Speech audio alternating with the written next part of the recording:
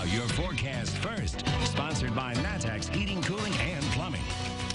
Well, good evening to you. A live look at Gibson City on a roofing guy at Gibson Area Hospital camera. Hey, a little stormy there. Look at the clouds moving in. And yes, there is actually some rain up there that is moving in. Let's take a closer look at it on the Storm Tracker Doppler. And we zoom in right into the Gibson City area. And kind of off to your east, you're seeing those showers into Ford and Iroquois County.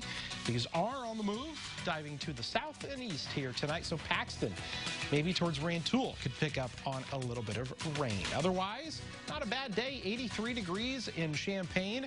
That's our Neal Street camera, where we find temperatures falling down to the upper 60s by 11 o'clock. More on the chance for those showers when we come back. WCIA3 News starts right now. Now, from WCIA3 News. Don't care no more about life. Nothing, no reason to live. It was a morning of violence where 4 people were shot today. It's just so sad to see a town that used to be so good. Plus, there's been a rash of robberies, which town has people now concerned for their safety. And a COVID-19 test could take days to get the results. Why that may soon change to a matter of hours. You're watching your local news leader. This is WCIA3 News at 6. It's always sad when you know what a family member not when you lose your life.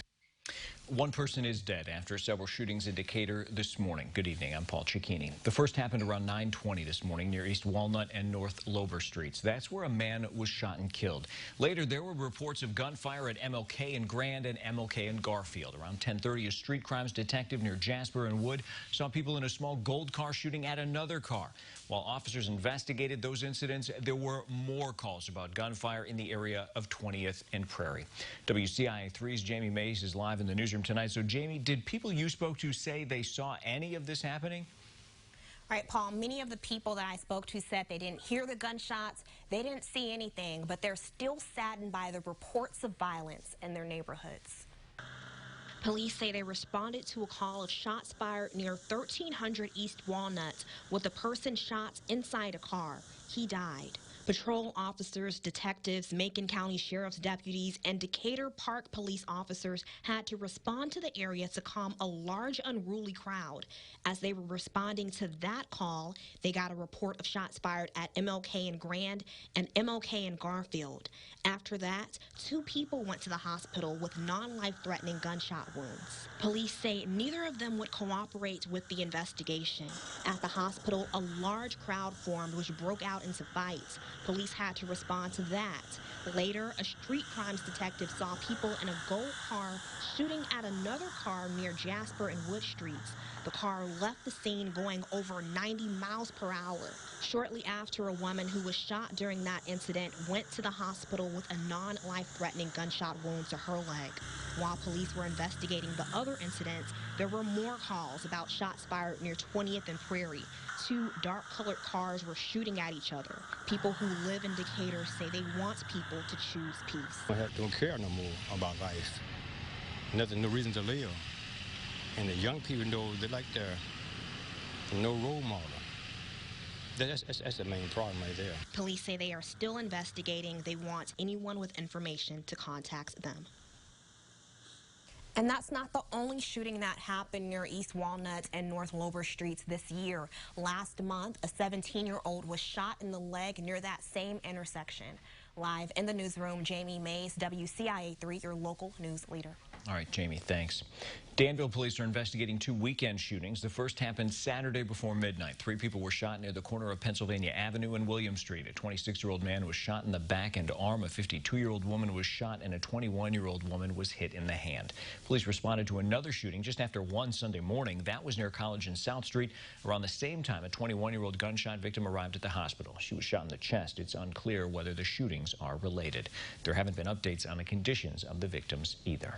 Police are investigating after a body was found in Clay County. 29-year-old Austin Woods of Edgewood was discovered on a country road in Mason, which is west of Route 45. An autopsy is scheduled. State Police and the Clay County Sheriff's Office are investigating. Police continue to look into the death of an 18-year-old who was riding his bike on a highway in Champaign County. Happened on Route 136 Saturday night just after 9:15. Investigators say Matthew Carell of Gifford and a 15-year-old were riding riding their bikes when Correll was hit by a car from behind. He died at the scene. The other bicyclist is expected to be okay. Correll attended Rantoul High School. School officials say they'll be offering counseling services to students if needed. I actually talked to my mom about this, and she was very upset thinking about what if it was us. And I know it's a very hard thing to go through, and it's not something a parent wants to go through, ever. No charges have been filed as police continue to investigate. A man's been charged with DUI after crashing his car into a mobile home in Rantoul early this morning. Happened near Wedgwood and Laurel Drive just before 1 o'clock. Investigators say there were people in that home when the crash happened. The home itself had minor damage. There was one passenger in the car. Nobody was hurt. The Paris Carnegie Library was open today after a truck hit a rear wall. Happened Friday, causing major damage to that part of the building. The alley was also closed where it happened. The library officials were checking to make sure there are no structural problems. The north entrance and the area near the Gibson Room are still closed. No charges have been filed. People living in Hammond are worried after a string of car break-ins in town. They all happened Friday night into Saturday. WCIA 3's Courtney Bunting has more. They just found something and bashed it in and got what they could. It was a rough start to a Saturday morning for Brooke Tucker. She walked out to her car and found a window busted out. My car, gets me from point A to point B. It's my baby, and it's so sad to see someone take something like that away from you. But she's far from the only one this has happened to. Just down the street, Brittany Bartley's husband noticed that someone got into his truck the same night. All of his power tools in his toolbox in his truck had got stolen. This has never really happened.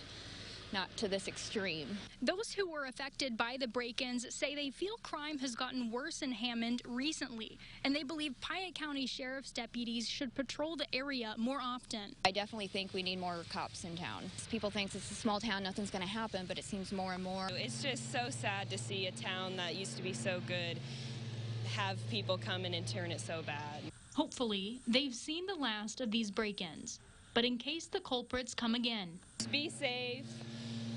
Try not to leave anything valuable in your car and just be very cautious because it can happen in little towns when you wouldn't expect it. In Hammond, Courtney Bunting, WCIA 3, your local news leader. We found almost 10 other people who said they were also targeted Friday night. We called the Piatt County Sheriff's Office several times to see if they have any suspect information, but we didn't hear back. However, everyone we spoke to said they did contact the Sheriff's Office. We have new details about the Macon County Sheriff's race. The recount is now headed to trial. It could be October before it gets started. Right now, attorneys for challenger Jim Root and Sheriff Tony Brown are gathering evidence. They'll present their findings concerning disputed ballots in court in Champaign. Judge Anna Benjamin will oversee the trial. In 2018, Root lost the race by 1 vote. Brown will be sheriff until 2022 unless he loses the recount. Then Root would serve the remainder of that term. It's a region that's seen a big jump in coronavirus cases. What restrictions the governor's putting in place. Also tonight.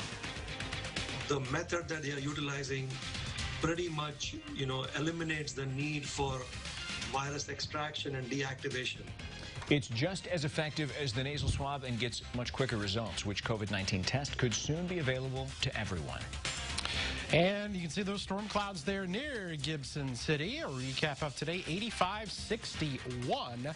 Not a bad day out there. We're tracking the latest on some of that rain, but we got to talk about lower humidity, a lot of sunshine, and how things are going to really stay dry the rest of the week when we come back.